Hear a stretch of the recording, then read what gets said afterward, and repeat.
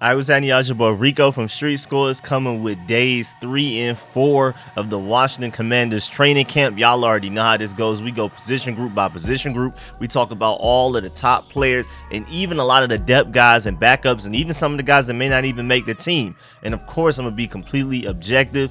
We're going to do the positives. We're going to do the negatives. If somebody had a good day or a bad day, or if somebody had a mixed day, we're going to talk about the good and bad parts of their day. So we're going to go position group by position group, starting with the offense, starting with quarterback, going all the way through the offense, through the defense, and even special teams as well. Now I'm gonna go ahead and start the upload of this first half while I record the second half, so I can go ahead and get days 3 and 4 out there to y'all today, rather than giving y'all 4 tomorrow. So this is technically part 1 of the same video in a way. But before we dive into all of that, make sure you subscribe to the channel, hit the bell next to the subscription button so you get a notification immediately. And every time I release an informative and opinionated video just like this one, make sure y'all pull up to the Sunday live stream. I may do it at a different time instead of 6 p.m. I may do it earlier, so make sure y'all stay tuned for the time change. It's gonna be the regular call-in show where y'all call in. Y'all can ask whatever questions you may have. You can rant about whatever you want to rant about, bring up whatever points you want to bring up. It's a show for y'all to have y'all voices heard, so make sure y'all call up.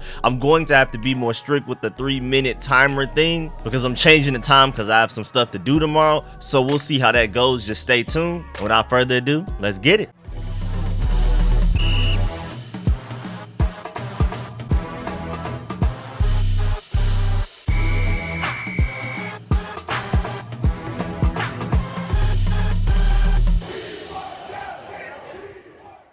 All right, so of course, y'all know me. We got to start with the injuries. Trey Turner missed his second day of practice yesterday. He's dealing with a quad injury. Antonio Gibson was on the side field. John Bates, Jeremy Reeves, Trey Apke, and DeJuan Neal were also on the side. And that's not including the guys on the PUP list. Those are non-PUP list guys that were on the side field, not participating in team drills. And just to let you know, first one on the field for day 3 of training camp was Jaquez Ezzard, the wide receiver that I'm rooting for. He's from Atlanta. We'll see if he can contribute anything in the return game, if he can stand out. If not, I'm not sure if he makes this roster. It's going to have to be through special teams, unless he surprises us and looks like Steven Sims on his best day, wide receiver wise. We'll see. But the theme of day 3 of practice was that Scott Turner was definitely not playing with the defense. They got dominated day 2, and so they felt like day 3, it's time for revenge, and they got it for a nice portion of it. Now, the defense started to bounce back towards the end, and we'll talk about that in this video, but the offense looked really good for a nice portion of practice. And then moving on to the quarterbacks, again, this was the offense's best day. Carson Wentz had a really good day, but again, kind of tailed off towards the end. Heineke even had a good day, started to tail off towards the end, but you can argue Sam Howell had the best day. Again, we're going to go quarterback by quarterback. We'll get there when we talk about Sam Howell, but right now we're starting with Carson Wentz. And Carson Wentz was able to find Terry McLaurin a couple of times, which had him talking crazy. He said, quote, "You gonna hear us today," unquote. Again, I know the offense definitely felt a certain type of way by the way that the defense dominated them on day 2. So this was their time to make plays and talk, and Terry McLaurin was one of the main ones talking when the offense was out there making plays against the defense, and Carson Wentz was one of the main ones that got it started. He had Terry McLaurin on a slant route to start. He went 6 for 6 at a certain point during the practice. I mean, not a single pass hit the ground. Now, granted, overall, Carson Wentz was far more accurate on short and intermediate passes throughout practice on day 3. And even though he was throwing a lot of deep passes, which is what we love to see, he was still a little off with those. But it was definitely an improvement in accuracy for the short and intermediate throws. And every time he was off, it was basically a little too high, which I'll take. I prefer for it to be a little too high than a little too short. It depends. I mean, I guess if you have a jump ball guy, maybe you prefer short, but at the same time, that's how injuries happen. I mean, of course, we all prefer if he was just accurate, but I'm also really happy that they're attempting a lot of deep shots so far in practice. They're already getting to that part. But again, he was really good accuracy wise yesterday, as in Friday, day 3 of practice overall, but when he missed, it was always high. And then moving on to Sam Howell, man, his arm strength was showing. I mean, straight cannon. And not only that, but he was making quick reads. He was really accurate. I mean, he had 2 back-to-back tight window throws to Jaquez Ezzard and Kyrick McGowan. Now, of course, he's playing with the backups against the backup defense, but I mean, he still looked really good out there. And again, you can argue he had the best day out of all of the quarterbacks. He completed all 4 of his passes up to a point. I mean, he was just dialed in. And it wasn't even like a bunch of short stuff. They were all like 10+ yard gains. And again, a couple of them were in tight windows. And he was stepping into his throws in the pocket, and like his pocket awareness looked better. It looked like he was confident. I mean, everything just looked beautiful. He even placed the ball perfectly in a throw to the flat to Reggie Bonifant, the running back, with a defender in the area. And he threw it in a way that Reggie Bonifant would maybe be able to get some yards after catch from it too. Now, granted, there's always going to be a worry about how short he is, being 6'1". And of course, there's a lot of NFL experience stuff that he needs to gain, a lot of nuances, a lot of mental things. But yesterday, as in Friday, day 3 of camp, was easily Sam Howell's best day. And again, you could argue he had the best day out of all of the quarterbacks. And you already have people saying that Sam Howell should be QB2 now. And not even just because of his natural talent and his arm strength, which is a huge advantage that he has over Taylor Heineke, but also he just looked really crisp. Again, he was really accurate. He was making quick reads. I mean, it looks like he's starting to catch up mentally. We'll see though, especially in preseason. We'll definitely see. And Terry McLaurin even loved what he saw from Sam Howell. He said, "I like what you've been doing today," unquote, yelling it. So Sam Howell had everybody fired up, including Terry McLaurin. Now moving on to the running backs, Brian Robinson, of course, he's known to be a physical, strong downhill runner. But so far in training camp, he's shown time and time again that he can definitely be a good receiving option out of the backfield, which is going to make it hard for defenses to know what's going on. Just because Brian Robinson is on the field does not mean we're just about to run it in between the tackles. He can go out and catch a pass, and he can run outside of the tackles. Brian Robinson has looked really good catching the ball in training camp so far. I mean, literally like a natural hands catcher. He's not bobbling it. He's not catching it with like his chest or his forearms. He's catching it with his hands and making it look like he's always been doing this. Now, as a Georgia Bulldog fan, I've seen him do it in college quite a bit, but the NFL is a different story, and I'm happy to see that he's going out there and making the most out of his opportunities again. Up until today, which is Saturday, day 4 of training camp, Antonio Gibson was not with the team, so that's why we're only talking about Brian Robinson so far. We're going to get to Antonio Gibson later when we go position group by position group again, but instead of day 3, we're talking about day 4. We're about to just run through the whole day 3 right now, though. Going to wide receiver, not only were the quarterbacks better, but the receivers was just open a lot. You can see that there's just a lot of speed on this team. It's going to be difficult for any secondary, no matter how elite, to be able to cover everybody. It's just too much speed everywhere. Your third and fourth corners are just not going to be as fast, and usually not even as good as our third and fourth wide receivers. And again, that showed a lot today in practice, and we're going to get to the DBs later. They've been balling out and playing very well, but there's just only but so much you can do in the NFL.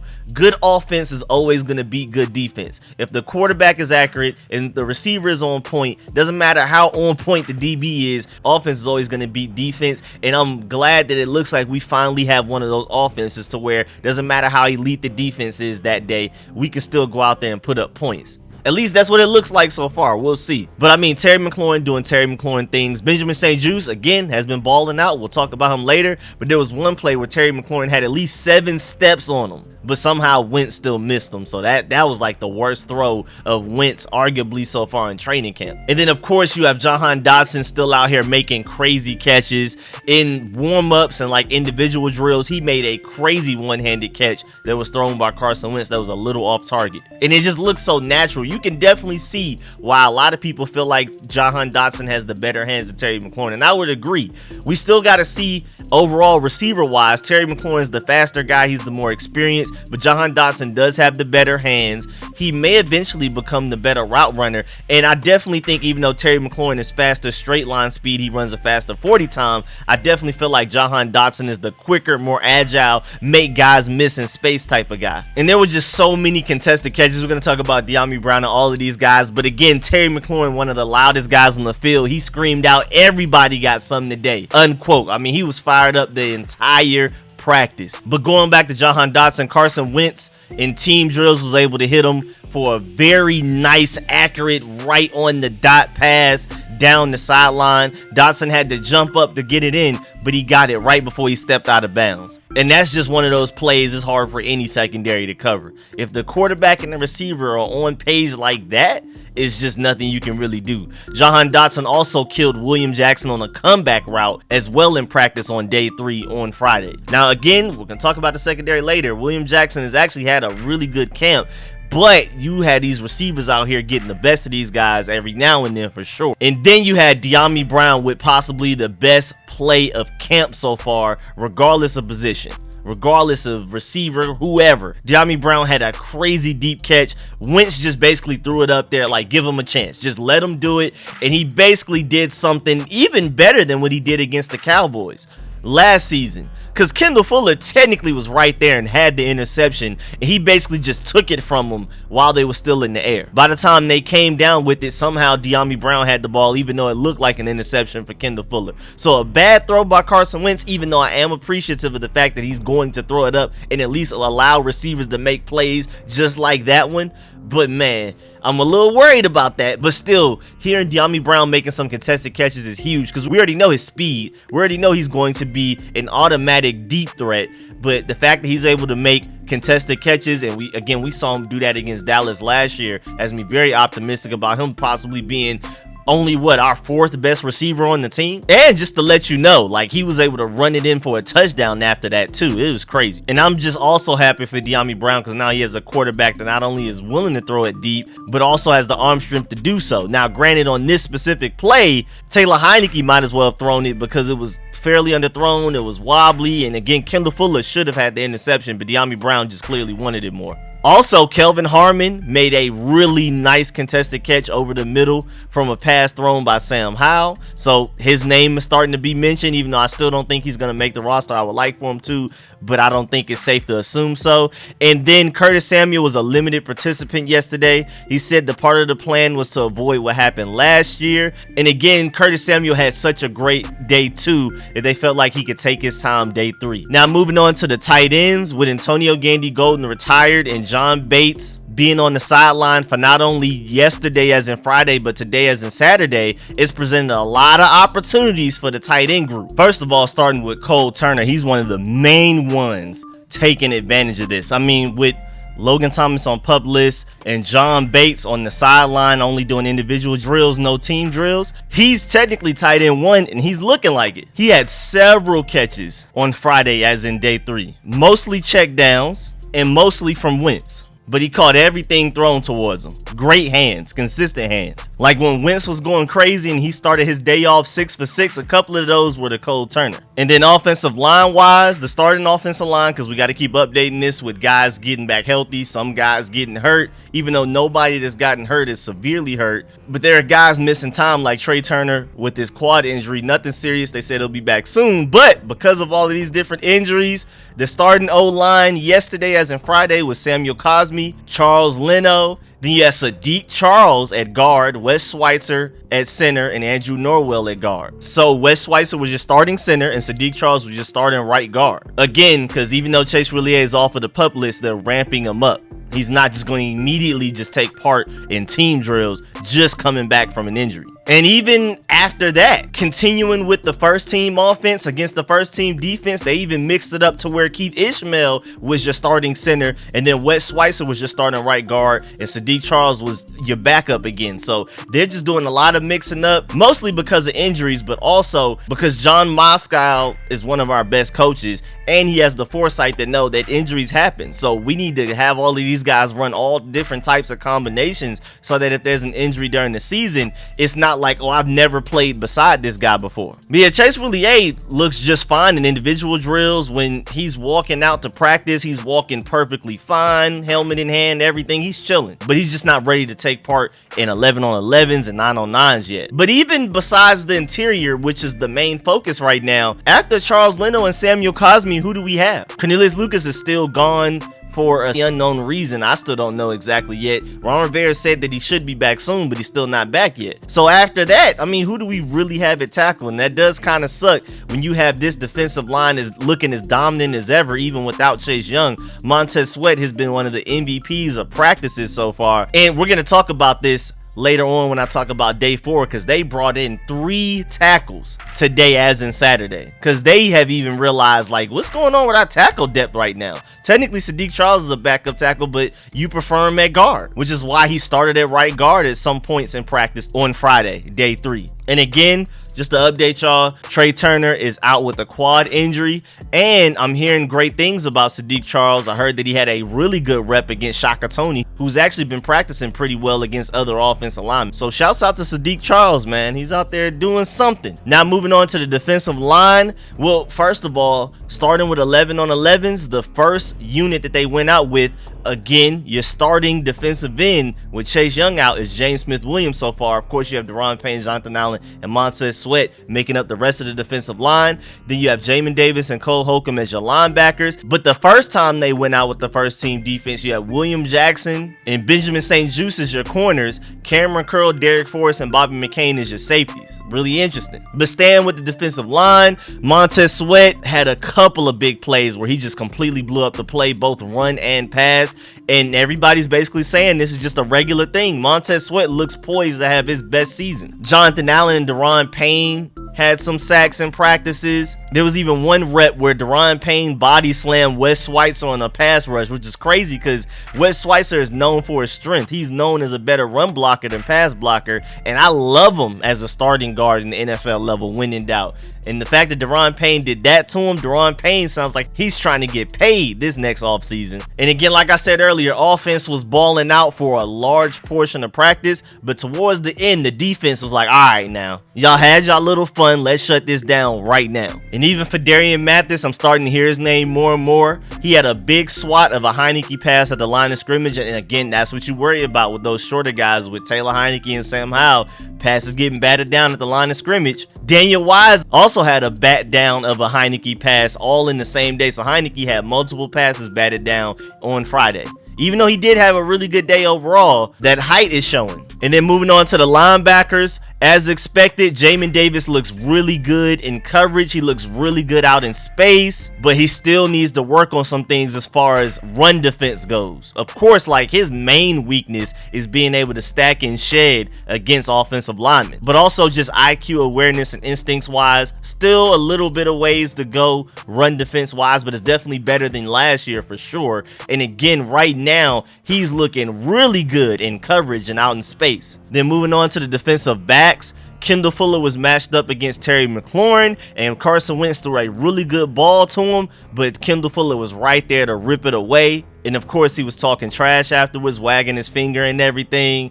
Bobby McCain, on another really good Carson Wentz throw, ripped the ball out of Jahan Dotson's hands. And of course, Chris Harris, the DB's coach, was running up and down yelling, "Let's go." That was a great play by Bobby McCain. I mean, the secondary was not playing towards the end of practice on Friday, day 3. There was a lot of pass breakups, a lot of incompletions towards the end of practice. They were not playing. They hunkered down and was like, all right, y'all had y'all fun. Again, it's time to lock up. First of all, Derek Forrest is wearing number 22, and they're working in Derek Forrest, Khaleke Hudson, and Percy Butler a lot with like the ones, or at the very least second team. They're getting a lot of run, but specifically with the ones as well. And I'm hearing that Derek Forrest is making a lot of plays. Khaleke Hudson is holding his own, and he looks better than he's ever looked since we brought him here. And Percy Butler looked really good playing free safety at times. I was listening to the Craig and Logan Paulson podcast, and Logan Paulson basically said that Percy Butler, which is what you expected when we draft him, when he's making good plays, he looks like the best safety on the field. He's one of the fastest players we have on defense. It's just that he's still not consistent. There's a lot of mental things he still needs to work on. Even though a lot of his great plays were the result of good instincts, he just needs to work on being consistent. But when he has his highs, it's the highest highs. He looks like our best secondary player when he does make the right play. It's just that those right plays are a little bit more spread out than you would like. But I just love the fact that he's getting better and better every day. And it's not a lack of talent. It's not even necessarily about him getting better. It's about him being more consistent. And he's starting to get a little bit more consistent by the day. It's still not there yet, enough for us to trust him starting at free safety over Bobby McCain, but it has me really optimistic about what Percy Butler can do for this team for sure. Also, Christian Holmes is making plays. Bleeding Burgundy and Gold said that you cannot exaggerate how big he is. I mean, he literally looks like an outside linebacker out there. That man is swole. Also, Benjamin St. Juste is basically your primary 11th defender. So like your nickel corner, your Buffalo nickel, whatever you want to call them. Whenever they're like strictly first team and these are like our best players on the field, Benjamin St. Juste is out there. But at the same time, Derek Forrest is out there with the first team quite a bit as well, like I said earlier. And so we're going to see how this works, man. I'm really excited about all the pieces that we have. And also, speaking of Derek Forrest, he's also served as the punt protector in front of Tress Way on special teams, and that's the thing that DeShazer Everett used to do for years for us. So it looks like Derek Forrest is pretty much guaranteed to make the team. You know how DeShazer Everett was like an automatic lock because of what he does on special teams? Derek Forrest is now the replacement for DeShazer Everett's impact. Now we'll see how much Derek Forrest can contribute on defense. That remains to be seen. He's made a lot of plays in camp, but we got to see what it looks like in actual regular season NFL games. But for sure, he's a strong special teams player. Him and Troy Apke are automatically making the roster because of special teams. Cam Sims too, Samus Reyes as well. Those guys are so good in special teams. It's going to be hard for them not to make the roster in some way. Now, speaking of special teams, Day 3 of practice, Friday, July 29th. Your punt returners were Alex Erickson, Dax Milne, Jahan Dotson, and then Kyrick McGowan and Jaquez Ezzard were just observing. But Alex Erickson, Dax Milne, and Jahan Dotson were the ones getting all of the reps.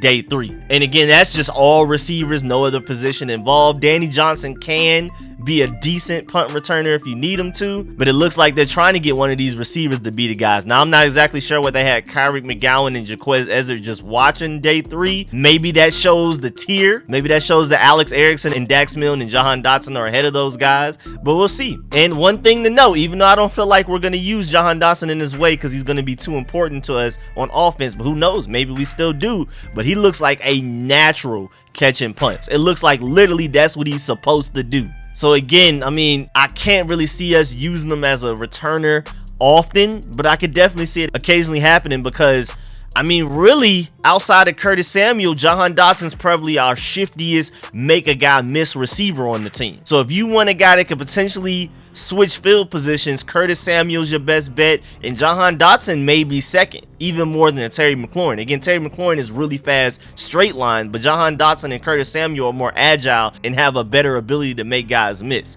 And again, Jahan Dotson looks so natural catching punts. It just looks like that's literally what we drafted him here to do. And speaking of tackles, when I was talking about the tackle depth earlier, we worked out Alex Nkenbulu, Rashad Hill, and Tyree St. Louis, all tackles. Everybody we brought in to work out yesterday, as in Friday, day 3 of practice, were all tackles. Again, just speaks on how much lack of depth we have at tackle right now. Also, before we move on to day 4, I've been hearing a lot of bad things about Jalen Hurts, and I love it. Now, granted, even if Jalen Hurts weren't in our division, I'm not a big Jalen Hurts fan. I don't like him as much as a lot of y'all do, so it's kind of funny to hear that he's not looking good in practices right now. But since he's on the Eagles, not only is it funny, but I love it. And I hope he definitely looks like how he's looked in practices against us in the regular season, so we can go ahead and sweep the Eagles real quick, you know what I'm saying? But let's go ahead and go to day 4.